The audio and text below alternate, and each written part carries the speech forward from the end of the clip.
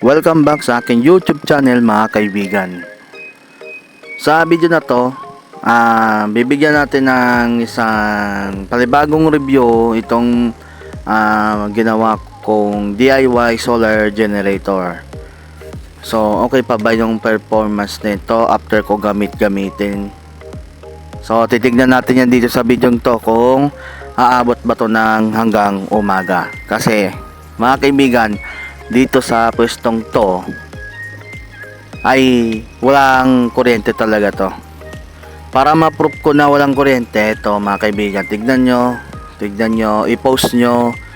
So hanapan nyo ng butas ang pwesto ko na to, kasi nasa likod ko lang ang poste ng ilaw. Okay, so ayan, no, paikot-ikutin natin mga kaibigan para sure ball tayo na wala talagang kahit anong kable ng kuryente rito. So ayan pala ang binabantayan ko. Ayan, so yung tinuturo ko na yan yung sa boss ko. Okay, so makikita ko na sa CCTV na naka-duty ako sa iba. Shit. So ayan, lumubog na nga ang araw. So nakita natin yung sa poste, umilaw na siya kasi solar light yun.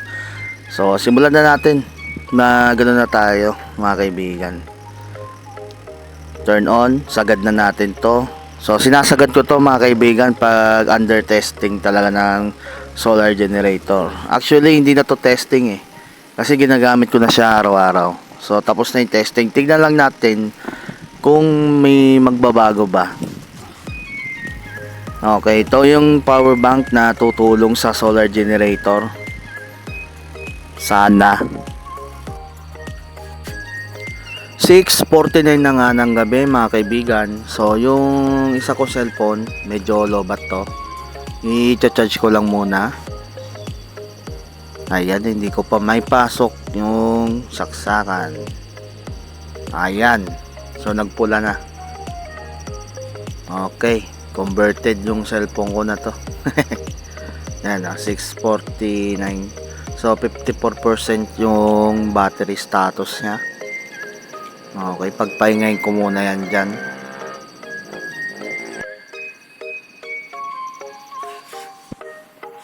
Tapos ito yung kasama kong ilaw. So kung mapapansin nyo yung paligid mga kaibigan, napakadilim na. Mag-alas 7 pa lang yan. Okay, update na lang tayo mamaya. A moment of truth mga kaibigan, nire-recharge ko tong cellphone na ginagamit ko pang video at pang nod ng YouTube. Ayan, so 8:02 ng gabi. So ito yung screenshot na patunay na nire-recharge ko.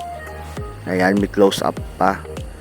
So ang remaining ng battery capacity o voltage is 12.5, kasi nga nire-recharge ko yung cellphone at the same time ginagamit ko yung DC fan at naka-high po. Ibig sabihin naka-open circuit siya. Okay, wala siyang control. Okay, may control siya, may speed control, pero sinagad ko syempre automatic open voltage siya. Ayan. At ito pa yung isang patunay na wala talagang daya to mga kaibigan. Hindi naman ako Indiano para mandaya-daya. Tignan niyo yung ilalim mo. Wala. Kasi nga gumawa ako ng solar generator. Syempre battery ang gumagana dyan. Sa hindi inasa pangyayari mga kaibigan, bigla po nag-brown out dito sa lugar ko. So yung tina-charge ko kanina, okay na yan, puno na yan. Tinanggal ko na rin siya sa charger para mag-video. Yung binibidyoan ko kasi bigla kasing nag-brown out. At least ito, meron kang ganito kahit DIY lang is okay. Meron kang magagamit na supply, no? kapag lobat yung cellphone mo, lobat yung tablet, lobat yung router, yung pang wifi, at least wala kang problema. Sila, yung mga nakakonect, sila yung may problema ngayon kasi sila yung nawalan ng kuryente. Ewan ko lang kung hanggang anong oras to. I-update ko kapag bumalik na sa grid o bumalik din power grid. Ayos. So wala tayong makita. Kasi brown out yung paligid. Kung makikita nyo dito sa screen mga kaibigan, 9:40 na po ng gabi at wala pa rin kuryente hanggang ngayon. Yan mga kaibigan, kung makikita nyo ang paligid is madilim pa rin. Ganun pa rin katulad nung kanina.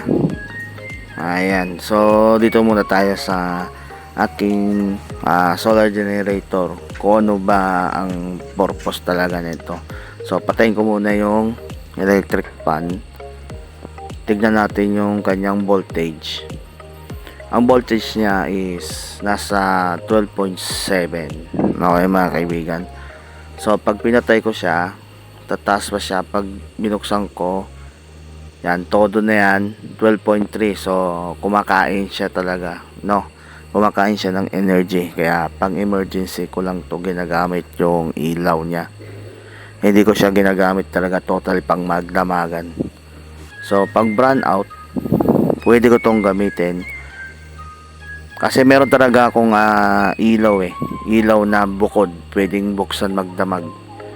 Hindi sa power station na to kasi mas mahalaga siya kesa dun sa mga pang ilaw na ganito. Kasi malakas na yung 10 watts. Tapos 18.4 amperes lang yung aking battery. So ginagamit ko lang to pang electric fan, yung DC fan na 12 volts. Tapos kapag lobat yung cellphone, so ayan, kitang kita naman yung kalsada. As you can see, isasabay ko na rin yung DC fan. Makikita natin kung bababa. Sige. So ayan mga kaibigan, sinabay ko na yung electric fan at nakatodo yan.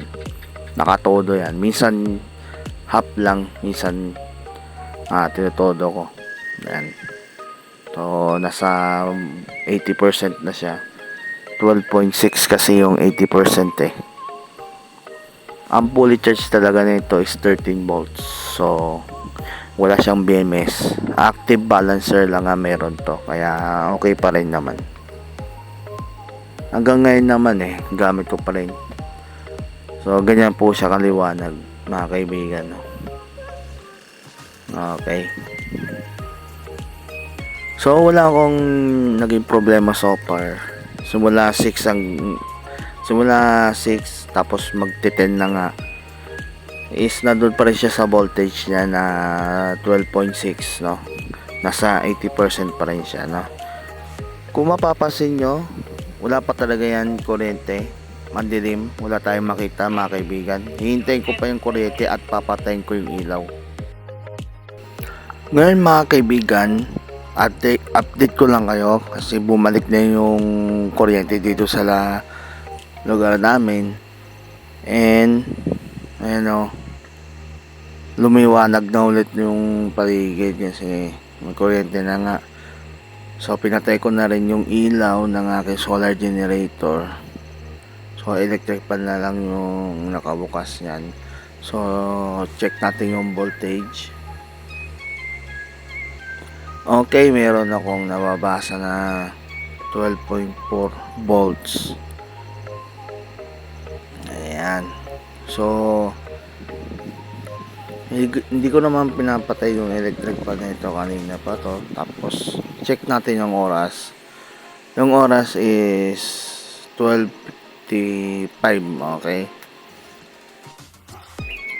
Mga kaibigan, inabot na ako ng umaga sa pagtitesting ng aking solar generator.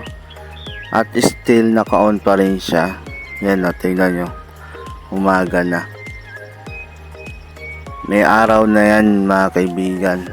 So nakabukas pa yung ating solar light. Ayan, oh. Ang oras na to nasa alas 5. Okay. Ayan. Nakasindi pa rin yung DC fan. Tsaka itong power station o solar generator. Kasi naman may power ito na 18.4 amps. Kunat na rin nun. Baka hindi lang mga kaibigan no. Kasi pwede pa umabot to hanggang tanghali kung itutuloy-tuloy ko yung gamit sa kanya. Ayan. Naka-on din tong ko. Yung ginagamit kong ilaw dito. So yung mga shoutout natin, ilalagay ko na lang dito sa hulihan ng video na to. At ayan. At sana mga kaibigan nagustuhan nyo yung ating content. So ito na yung palibagong pagtetest ulit kay solar generator So kung ano masasabi nyo mga kaibigan, comment down below. Like and share and subscribe na rin mga kaibigan.